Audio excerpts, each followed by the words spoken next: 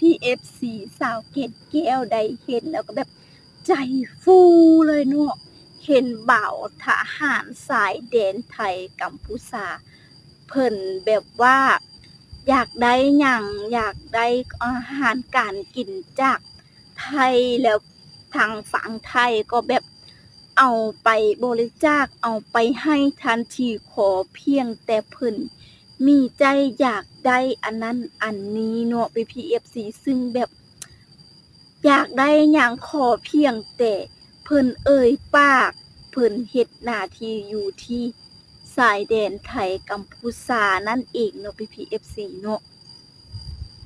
สวัสดีกับสวัสดีพี่เอฟซีที่น่ารักทุกท่านมื้อนี้ก็ได้เข้าสู่ช่องเกดแก้วสาวเล่าเช่นเก่าเช่นเคยล่ะซึ่งมื้อนี้สาวเกดแก้วได้เห็นคลิปหนึ่งเนาะพี่เอฟซีซึ่งแบบใจก็จะฟูเลยเนื้อในเมื่อเห็นบ่าวทหารชายแดนระหว่างไทยกัมพูชาเพิ่นไปจำอยู่หั่นเนาะแล้วก็แบบว่าขอเพียงเพิ่นได้เอ่ยปากอยากได้หยังทางฝั่งไทยหรือว่าทางประเทศไทยเพิ่นก็แบบเอาให้แล้วเนาะแบบอาหารการกินหลายสิ่งหลายอย่างเนาะที่ว่าขอเพียงได้เพิ่นเอ่ยปากเนาะคนไทยเป็นคนใจดีมักช่วยเหลือนั่นเองเนาะพี่ๆ FC เดี๋ยว PFC เดี๋ยวสาวเกตแก้วจะพาพี่ๆ FC ไปติดตามรับชมคลิปไปพร้อมๆกันว่า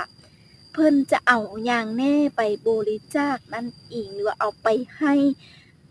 คนเป็นรถ10ล้อเลยเนาะ10ล้อ20ล้อเต็มคันรถเลยพี่ๆ FC ก่อนที่ไปรับชมก็ต้องขออนุญาตที่ว่าเอาคลิปของเพิ่นไปเผยแพร่ไปรีแอคชั่นแต่สาวเกตแก้วเห็นแล้วก็อดบ่ได้ใจฟูแฮงเนาะ PFC คือแบบดีใจเห็นเนาะ PFC เดี๋ยวเราไปติดตามรับชมคลิปพร้อมกันเลยป๊าดคือแบบรถคันบักใหญ่แล้วเนาะป๊าดบ่แม่นคัน2คันรถป๊าดเต็มคันรถอะยะเลยอู้ทหารนั่งแบบความห่วงใยเป็นกำลังใจให้กับชายแดนไทยกัมพูชานั่นเองที่ว่าเพิ่นปกปักรักษาชายแดนเป้าพี่น้องหลายบักคักบรรยากาศดีแฮงคือแบบโอ้โฮจัดเต็มที่บ่อนเพิ่นวางไว้ก็แบบหลายแฮงเนาะยกช่วยกันยืนเทื่อละไม้เทื่อละมือนั่นอีกเนาะ PFC โอ้รถใส่ถุงไทยพูดอีก PFC ยุงทรงบนบ่อู้เพิ่นเอามาช่วยอย่างเดียวเนาะ PFC บ่ได้ซื้ออีกป๊าดพ่อแม่พี่น้องใจฟูคักๆเลยอู้ดีใจนำเพิ่นเลยเนาะอู้เป้ากินเบิด10 ปีก็ยังบ่หมดเนาะ PFC หลายแฮงสาวเกร็ดแก้วได้เห็นแบบนี้ก็คือแบบเครื่องของไทยเพิ่นหลายอยู่แล้วของกินของหยังเพิ่นหลายเนาะหลายแฮงเนาะและไทยก็แบบเป็นคนใจดีมักช่วยเหลือนั่นเองเนาะ PFC เพิ่นแบบปกป้องชายแดนเพิ่นก็เอาเครื่องของมาให้เนาะโอ้บักหลายบักคักน้ำเต็มคันรถเลยบ่จักขนมบ่จักน้ำบ่จักไข่มาหมอกมาม่าเนาะ PFC หลายบักคักเลยใจฟูเต้นตึ๊บๆอยู่เนาะ PFC โอ้สุดยอดเลยประเทศไทยเห็นและตื่นเต้นแทนเนาะ PFC สาวลาวเห็นแล้วตื่นเต้นแบบเพิ่นแบบปกปักรักษาชาติก็แบบมีกำลังใจเนาะพี่ FC โอ้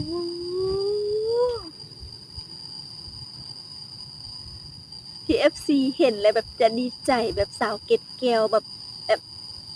จิตดีใจแบบเพิ่นแบบร่วมมือร่วมใจกันเนาะ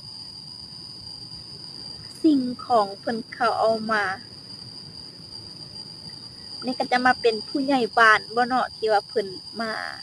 ปกปักรักษาหรือว่าเอาแบบมาช่วยเนาะคือแบบมาหลายแฮงสาวบ้านเพิ่นก็มาช่วยเนาะป๊าดก่อนเก็บเครื่องคือแบบบักหลายคักๆเลยอือสปอนเซอร์เนาะมีปลากระป๋องพร้อมโอ้โฮแบบใจดีแฮงให้หลายแท้ป๊าด น่าจะมีข้อยไข่มีทุเรียนบ่เนาะหมากผลไม้หมากเงาะหมากหยังน่าจะมีครบเลยเนาะพี่ FC คือแบบผู้หญิงเพิ่นก็มาช่วยอีกเนาะอู้ว้าวบ่แปลกใจที่ว่าคนไทยเขาจะช่วยหลายเพราะเพิ่นแบบมักช่วยเหลือนั่นเองเนาะเป็นคนแบบใจดีโอ้โฮ นับถือน้ำใจคนไทยเนาะที่ว่าใจดีเนาะนี่แหละแรงงานลาวจึงไปอยากเฮ็ดงานไปทำงานอยู่ที่ฝั่งไทยเนาะเนื่องจากว่าคนไทยมีน้ำใจงามหาใส่เทียบเท่าบ่ได้เลยเนาะหาใส่บ่ได้เลยน้ำใจแบบคนไทยเนี่ยอันประเสริฐเลิศล้ำแรงเนาะพี่ FC ป๊าวผู้ใหญ่เพิ่นก็ยังอุปถัมภ์อีกเนาะอืมโอ้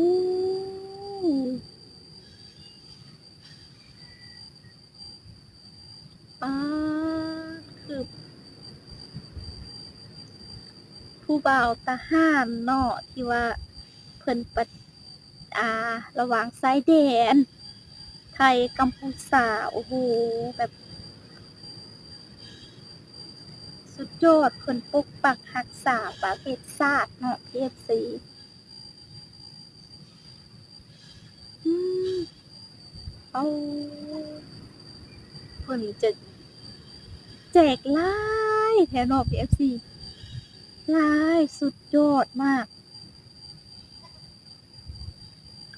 โอ้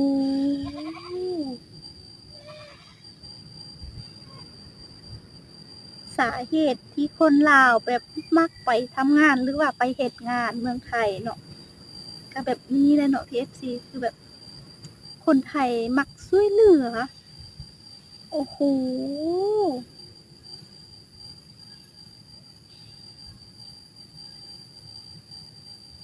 โอ้คือแบบเอ่อมีไข่มีมาม่าหลายสิ่งหลายอย่างของกินของใช้เนาะโอ้โฮ สาวลาวเริ่มอยากไปดินชายแดนแล้วได้บัดนี้ได้คือแบบสุดยอดเห็นแล้วก็แบบใจฟูยอมรับน้ำใจคนไทยสุดประเสริฐแรงเนาะโอ้มีดอกกุหลาบพร้อมเพิ่นจะจับยืนถ่ายรูปเนาะพี่ FC โอ้โฮแบบโอ้โอ้แบบโอ้โฮคือแบบหลายแรงเนาะพี่ FC 2-3คันรถ10ล้อ20โลนั่นน่ะ ที่แบบเพิ่นเอามาแจกก็แบบ อืมสุดยอดเลย คือจังว่าเห็นแล้วอดใจบ่ได้เนาะพี่ FC คือแบบหลายแรงเนาะเป็นข้าวสารเป็นของอยู่ของกินมาม่าปลากระป๋องหรือว่าเป็นไข่เป็นผลไม้อิหยังแบบทุเรียนหลายอันแรงเนาะพี่ FC มีฮอดสปอนเซอร์แบบซอกเป๊ปซี่เป้าก็หลายแล้วก็แบบมีสาวบ้านผู้ใหญ่บ้านมาช่วยอีกเนาะ ขอเพียงแต่บ่าวทหารเพิ่นอยากได้หยังทางไทยก็แบบจัดมาให้ทันทีขอเพียงแต่เอ่ยปากเนาะ PFC คือแบบสุดยอดให้ก็เป็นตาให้เพราะว่าเพิ่นปกปักรักษาสายแดนนั่นเองเนาะ PPFC คือแบบสาวลาวเห็นแล้วนับถือน้ำใจแรงเนาะที่ว่า เพิ่นเอาเครื่องไปก็แบบหลายๆกินเป็น10ปีก็จะบ่หมดพุ่นเนาะโอ้โฮสุดยอดมากแบบว่าเพิ่นหวมจิตหวมใจกันเอามาให้คือแบบหลากหลายแรงเลยเนาะพ่อแม่พี่น้องแต่ว่าพี่ๆ FC คือแบบสาวเกดแก้วแดนก็โอ้โฮบอนเก็บน่าจะใหญ่ๆเลยนั่นเองเนาะ FC โอ้โฮแบบ สุดยอดแฮงเลยเนาะเห็นแล้วก็อยากไปสาวเกดแก้วอยากไปเป็นเด็กเสิร์ฟแล้วไปเสิร์ฟให้อยู่ชายแดนว่าซั่นซะเนาะอยากไปเสิร์ฟให้กินนั่นเองเนาะ KFC เนาะนี่ก็เป็นเรื่องราวและข่าวๆดีๆจากบ่าวทหารฝั่งสายแดนไทยกัมพูชานั่นเองที่สาวเกดแก้วเอามาฝากมาต้อนพี่ๆ FC ในมื้อนี้นั่นเองเนาะขอบอกขอบใจที่ว่า รับชมติดตามเนาะถ้าหากว่าสาวเกดแก้วว่าผิดพลาดประการใดก็ขอโทษขออภัยพี่ๆ FC ในณที่ด้วยจ้า